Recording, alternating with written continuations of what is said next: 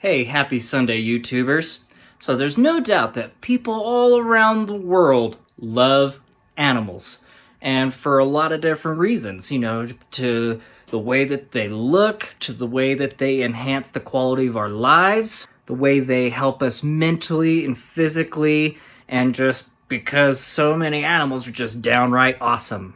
So in today's video, we're going to do a comparison. There's a lot of pet owners out there, and statistically, cats and dogs in the US are still much in favor. But what about reptiles? What about leopard geckos? What about bearded dragons and other exotic species? What are the pros and cons to keeping such animals in comparison to like dogs and cats? Are dogs and cats better, or are reptiles better? We're gonna find that out today, and we're gonna discuss these topics in a series of categories concerning things like animals' behaviors, the cost of keeping certain animals, their care, and so on. I'm Dylan, your host. This is Nova, my banded raptor leopard gecko, and you're watching Prehistoric Companions.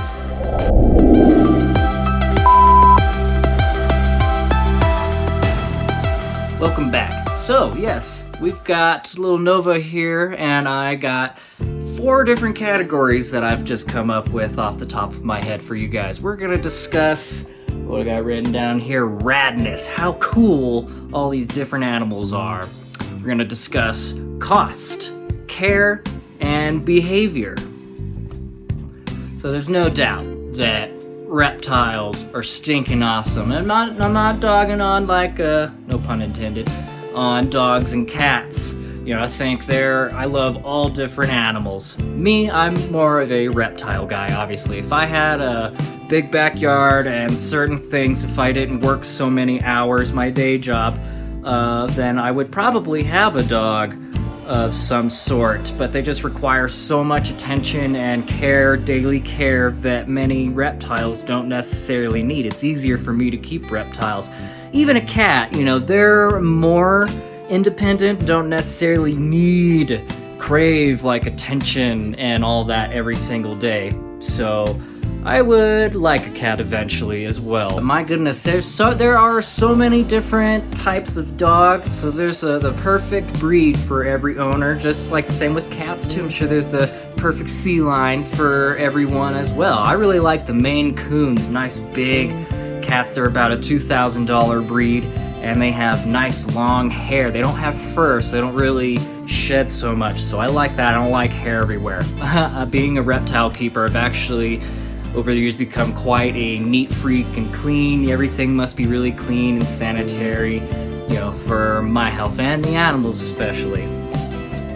Dogs and cats usually are animals that give people lots of allergies. You don't have that issue with reptiles, so that's stinking awesome. I don't get the sneezes and sniffles with any of these guys, any of my scaly prehistoric companions. They are essentially prehistoric. They're like little dinosaurs. I raised little dinosaurs. How awesome, how rad is that?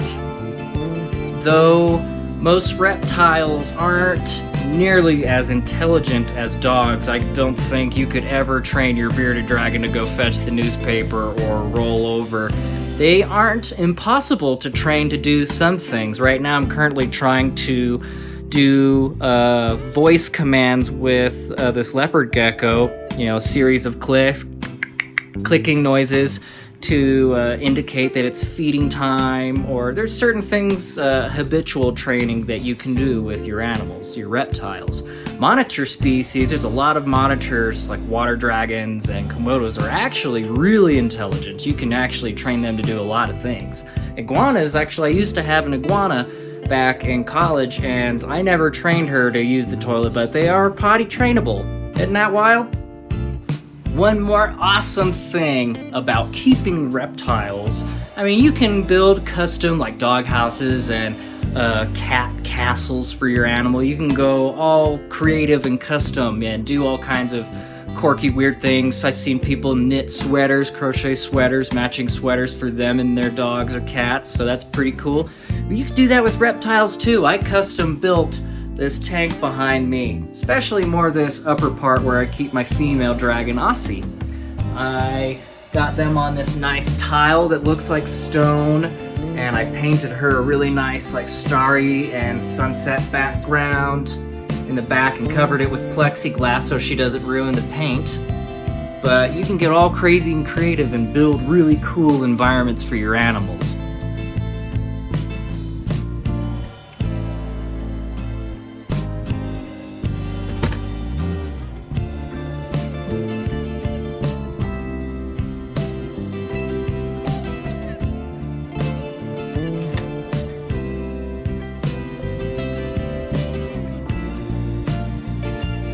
You can get just insane with creating all kinds of habitats. These guys aren't on loose substrate, but if you wanted to, you could very well create a bioactive habitat for your animal that has like natural substrate, dirt and soil and live plants and little bugs like isopods, roly-polies, and springtails that help break down animal waste and keep the plants healthy. So that's just cool. You can create little ecosystems. Dogs, I don't think, your house is their ecosystem. All right, hopping right into our next category here. What about the care? Now, dogs and cats do require daily care, such as giving them food probably in the morning and at night, and regulating their food intake, giving them fresh water every day, maybe even taking them for walks, giving them enrichment. They do require definitely quite a bit more work than most of your reptiles. Reptiles don't necessarily require or care that you give them attention. They're very more so just tolerant of you. It's not saying that some animals, some reptiles don't enjoy human interaction. My dragon Philo there, I think he loves little massages. He always hangs out with me on the couch, or sometimes I take him to bed with me. We're watching TV and he just loves being pet, and I think he likes the social interaction. Nova, where are you going? Got this girl some dubias, dusted with dandelion powder, multivitamins, and calcium. She chowed down on some of those. I think she's full now.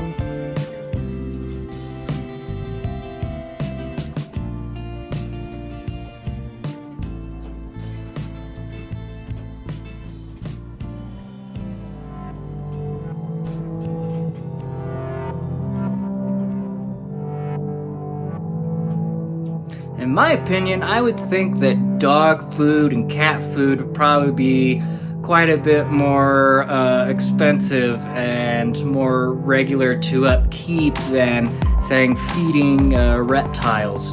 Now, you have to, being a lizard keeper especially, most lizards are insectivores, so that might be a deal breaker for a lot of people if you're afraid of creepy crawlies and things. But there are methods of keeping different feeder insects that your reptiles need, and without necessarily having to handle them. You can use like paper towel rolls and use that to collect the insects. They'll climb on that and you don't actually have to physically touch them, and you can incorporate them into the tank and feed your reptiles that way. So one of the funnest parts about keeping reptiles is actually feeding them.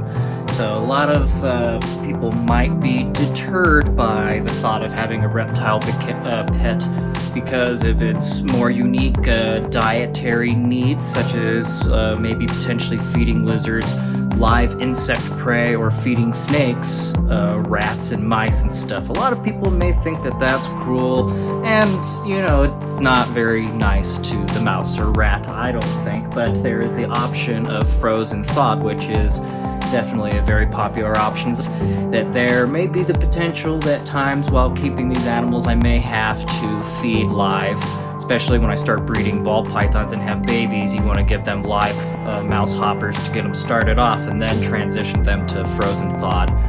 So it's better for the mouse. They're euthanized humanely, and your reptiles, they gotta eat. They're the ones that we're caring for, and we gotta meet their needs. So and every animal feeds a little differently, so it's just one of the really cool components of keeping exotic animals, is seeing their different behaviors and how they feed and just observing them, so.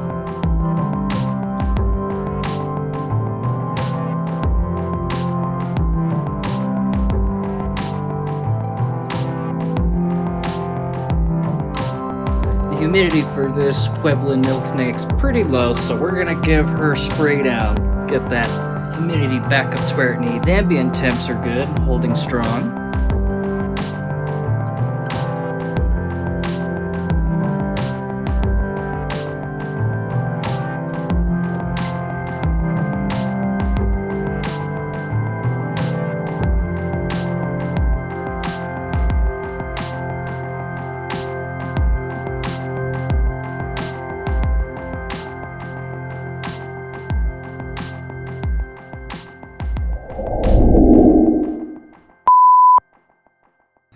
They don't necessarily need to be held and played with every single day, but if you definitely want them to be more social and hang out with you like Nova here, just chill out with you on your shoulder, not feel afraid and run away, it's not scared of you, then regular socializing, maybe 15-20 minutes a day or every other day, depending on your animal and species. You just got to do your research and find out about that particular animal's needs, or its behavior and how well it can tolerate handling and all those such things. These guys, I do bathe my dragons about once or twice a week. Dogs, I can imagine. I don't like stinky dog smell. That's another awesome thing about reptiles. They don't really smell that bad, except when when I walk into the room, I can tell if one of my ball pythons pooped, or definitely if the leopard gecko poops, she stinks. Or the bearded dragons, you could definitely tell which one, did it. But it isn't that bad to clean up and care after them. I use a veterinary grade cleaner, chlorhexidine. I spray down the tanks and really detail clean everything about once a week and do my regular spot cleaning throughout the week. So it's really not a whole lot of maintenance to make sure that your reptile's environment is clean, sanitary for them, so that they can thrive and be happy and exhibit natural behaviors. Reptiles don't necessarily take up as much space. They don't need a whole lot of space like a cat or a dog would. A cat or a dog is gonna have free reign of your whole house, apartment, backyard, whatever. They need lots of space. Reptiles, not so much. I currently have my juvenile leopard gecko here in a 10-gallon setup, and as she grows, we'll definitely give her as bigger, larger environment is better, but they don't necessarily need like your whole room. Some animals do. If you're like into anacondas or really big snakes, really big lizards, then yeah, you need like a room in your house. But the specimens that I collect, bearded dragons, ball pythons, smaller species, can be housed perfectly fine. I got these guys in about 80-gallon setups. I need to upgrade them to about 120 would be more ideal for adult bearded dragons. But it doesn't take up like a whole lot of room in your house, and it looks great. So what about our third category, cost? Now, in my experience, everything... Oh, where are you going, you crazy little girl? Everything in my experience with reptiles has always been primarily upfront cost. The tanks, the animal itself, substrate, food, lights, under tank heaters, thermostats. There's all kinds of equipment and things that the reptile keeper must have. So it can be a little pricey up front getting all that established, but once you have it, then the regular upkeep, especially if you have your own feeder insect colonies that you just go to the grocery store and get vegetables and stuff to feed them, it isn't that expensive. If you are going to the pet store to purchase feeder insects all the time, that can get very expensive. So definitely want to consider starting your own dubia roach colonies, mealworm colonies, whatever you think you can easily cultivate, whatever your specific animal's dietary needs are. So the animals that I keep in particular are actually fairly inexpensive to keep. The ball pythons and snakes don't necessarily need special lighting like the bearded dragons do, so the electricity bill doesn't really add up that much. Their housing and all that doesn't really add up much, but say over the years, if I can get into like a warehouse or a big facility where I'm working with a lot of different species, say like monitors, big snakes, reticulated pythons, or whatever, those anacondas even, those require a lot of space, and if they require like a large water reservoir, you need filtration systems to keep it clean and all that really expensive stuff. But these smaller species that I keep, leopard geckos, bearded dragons, and these royal pythons, don't really cost a whole lot to keep generally. Maybe food for the snakes is adding up a little bit, getting various different size feeders. Rats these days apparently cost a lot more than they did even 10, 20 years ago. What about vet bills? Now, my last weekend, I took my bearded dragons to the vet in Fruita, Colorado, and we had a general examination done, and we supplied the vet technicians and doctor with some fecal samples, so we had a series of things done with them, and the overall visit cost about $155. Now, I do have a prescription I'm waiting on for these guys to treat some worms that they have. I haven't a clue how much that costs yet, but it's not real. I can't imagine it costs that much. Now, my experience with dogs, I remember growing up, we had a little teacup poodle named Mercedes. Super adorable, sweet little teacup poodle. I miss her so much.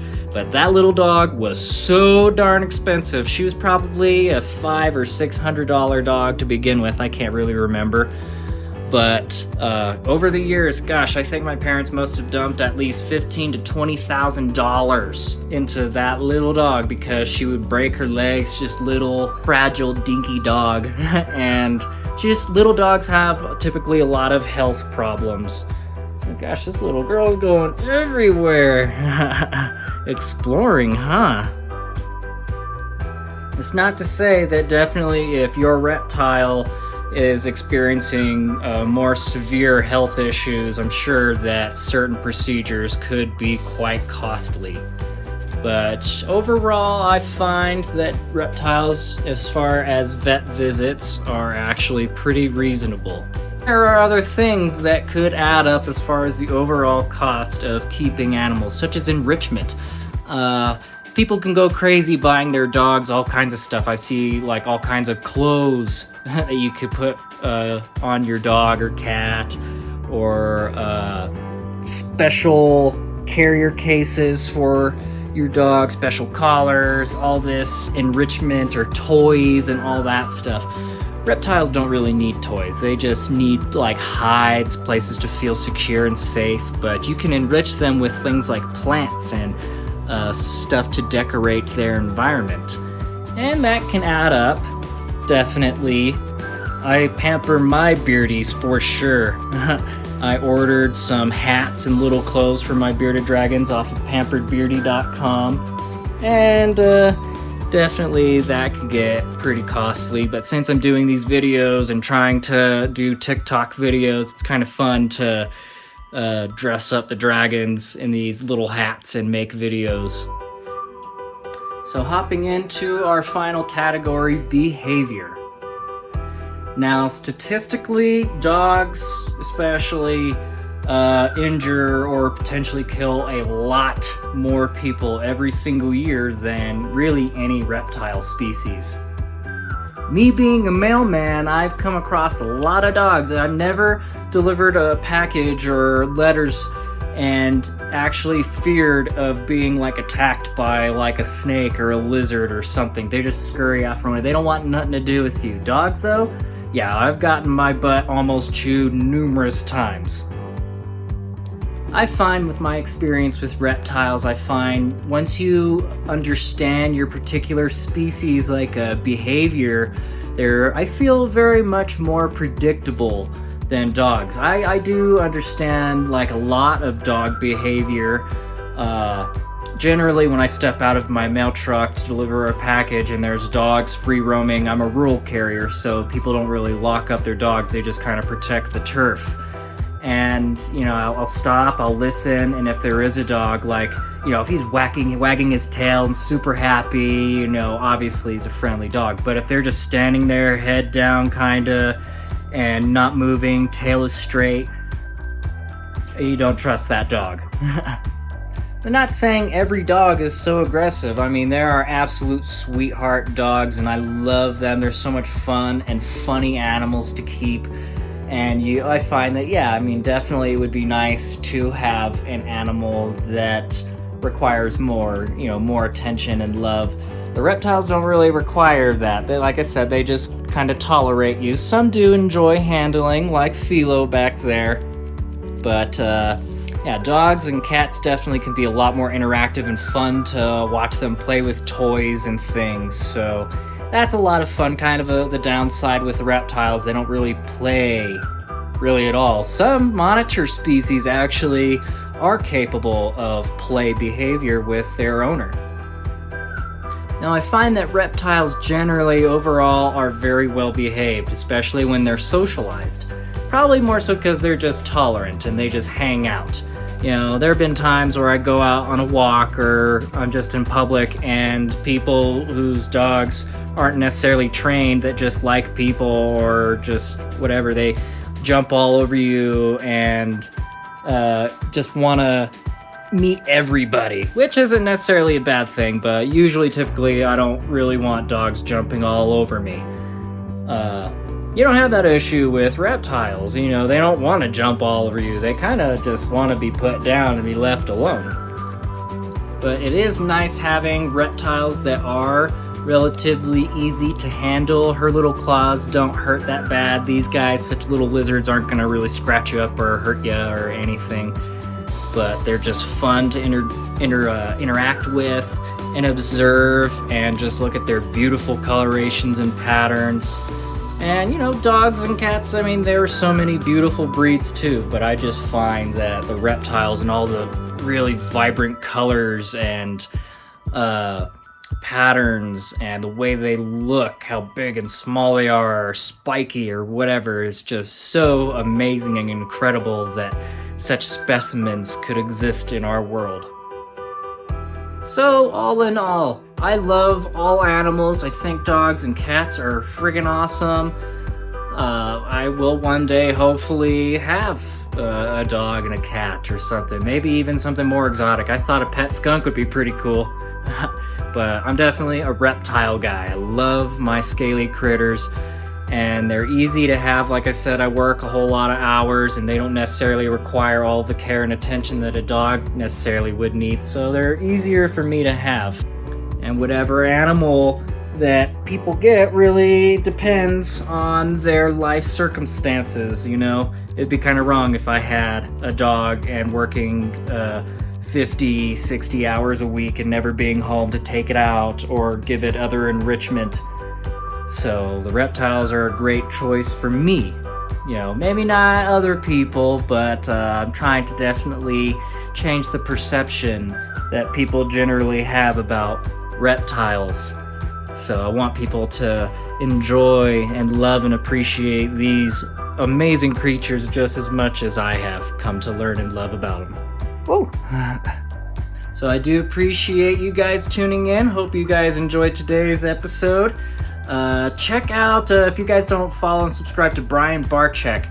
I was on my mail route yesterday and I was tuned into his live podcast channel and I was delivering my mail and I pulled over real quick and submitted a super chat for a short fee. I think it was for like $5, and wrote them a quick message.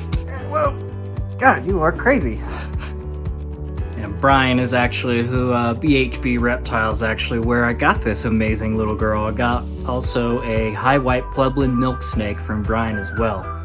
These guys are thriving and doing great. Everyone ate today. And it's just pretty cool to have them respond to that little super chat. So definitely go check it out. It's his very last Saturday's live podcast. But they also have it uploaded on YouTube, so check it out. So you guys be safe, have a great day, wear your mask, be great to your mail carrier, and I'll see you in the next one, alright? Peace.